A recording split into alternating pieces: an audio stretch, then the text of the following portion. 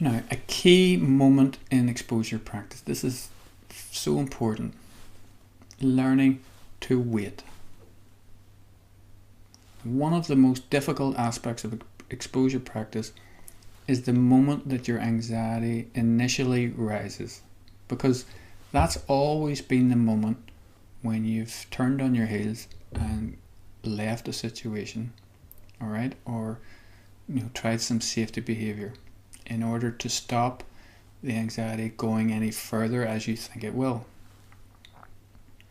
And it's perfectly natural, and it makes sense, because after all, the symptoms are the result of the fight or flight response. Okay, flight is in there, so that response is run. All right, so it makes sense. That's what you naturally are feeling like doing, because that's what those whole sensations are, making you feel like running. So it's very tempting to run because that's what you feel like doing. So the trick is to remember to just stay with the anxiety for even a few seconds more, to give yourself a chance to at least see what happens. So you're in a situation, you're feeling the anxiety rising, it's rising to a peak, you're zooming in on it, you're misinterpreting, you're catastrophizing, you're feeling it's too strong, and then you want to leave. And it makes perfect sense to want to do that. That's the moment when you go, right, wait, just wait with it. Then start bringing in your behavioral skills, restructure your thoughts, remember what you're doing. You may want to read your flashcard. And if you still want to run, then say, no, wait, just 1 second, even 1 second longer, just wait and see what happens. And as long as you're practicing your skills, you'll see a change. So after a while, you'll realize that even though you feel frightened, nothing harmful is actually happening. And I hear people telling me this all the time. They say, it was strange, the fear was still there, the sensations were still there, but I was able to wait, and I could actually see that nothing was happening other than the sensations. And they sort of surprised themselves that they could actually wait with it. And because they did that, they reduced the fight or flight symptoms and the fear came down. But again, if you do feel that you have to walk away, don't be hard on yourself. Just try it again as soon as you can, right? It's not an endurance test. It's not something you want to force upon yourself. Remember, you're doing this very gradually, so that you can actually do it. You're doing certain practices that you can handle. All right, but if you feel something feels too overwhelming, and you've tried waiting a few minutes, you've tried putting your practice in, and you still feel that you need to go, perhaps you maybe need to change your fear hierarchy.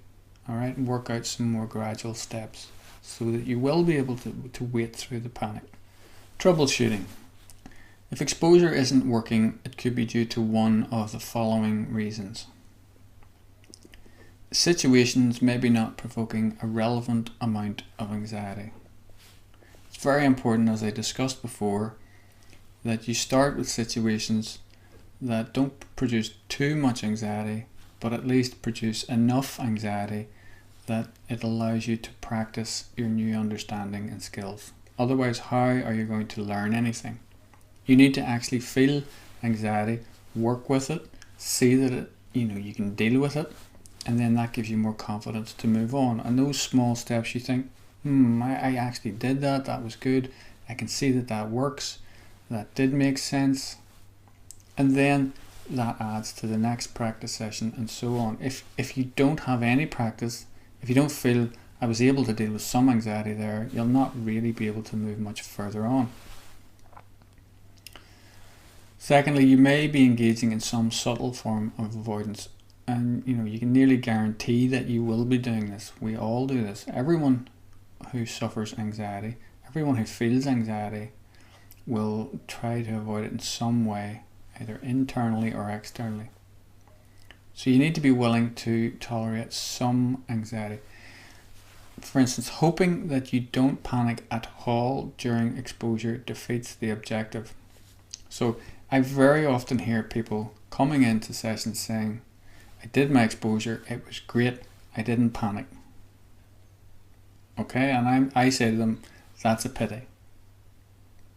And then they realize, yeah, that's right, I was meant to feel some anxiety.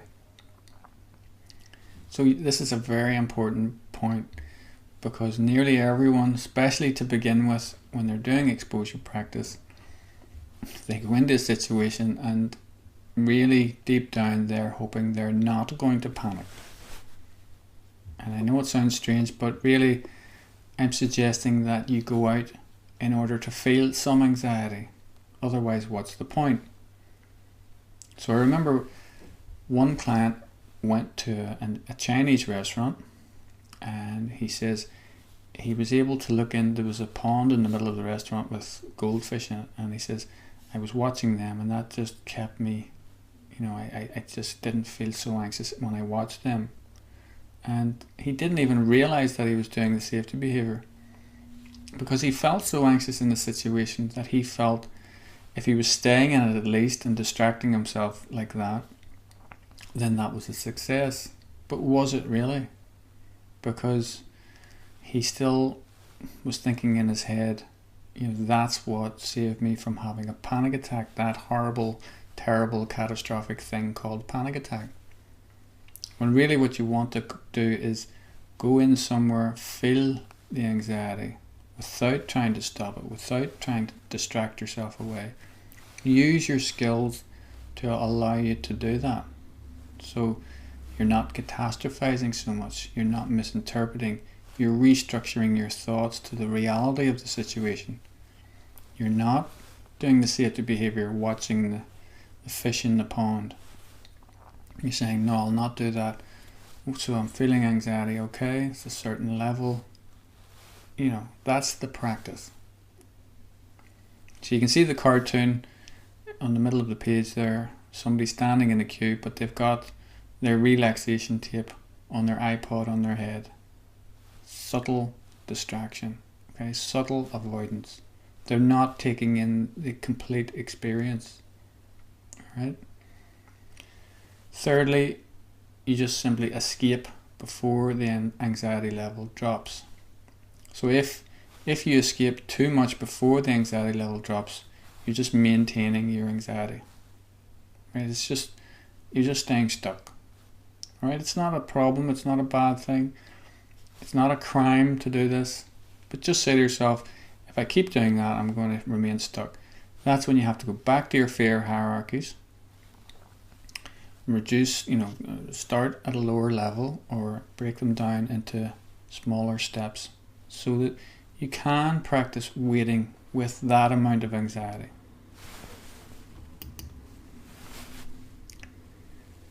Perhaps the exposure hasn't been repeated enough over time. All right, very important. Again, you have to repeat it again and again and again so that you get used to it, you even get bored with it. You just feel more confidence every time you do something. And you need commitment to the practice. It won't be as effective if it's done in a haphazard way or infrequently. And I get this all the time with people. Perhaps they're practicing driving on the motorway and they've done it on a Monday night, and then they say on Tuesday in work I had to go to a meeting, on Wednesday I had to pick my kid up from school, on Thursday, so I did it on Friday again. Can you see that that's not really going to work? So don't do it. You're just wasting time doing that. Work out a time when you can go to the motorway and do the driving. Work out somebody who can pick your kid up from school. Tell your boss that on this week I can't stay behind for any meetings. I have something else very important I need to do. You've got to work this out so that you can do it. But the temptation is that you don't do that because maybe subtly you want something to come up so you don't have to do it. Be honest with yourself. Just dig deep. Find out what's stopping you from doing this repeatedly and daily. Perhaps you didn't stick to the fear hierarchy. That's so important. Some people try too much too soon and then they give up. it causes a reaction in them. They get put off the whole idea. So if you do that, it's okay, because most people actually do it. You read workbook 1 and 2 and you suddenly feel very kind of elated that you found something that you think makes sense, and you want to get out there and do it and face everything, and that's very understandable. It's very courageous, but the problem is it can knock you back. But if you do it and it knocks you back, remember that I've said this, that it's very common that people do that, and just start again. Just go back to the drawing board, change your fear hierarchy. Maybe that'll show you the importance of the fear hierarchy. So even if you make that mistake, that's okay. There's no set rules for this, really. If you break the rules and it doesn't work, just start again. You're never in any danger. Remember, you're never in any actual real danger. You're keeping your fear on hold if you don't do it this way.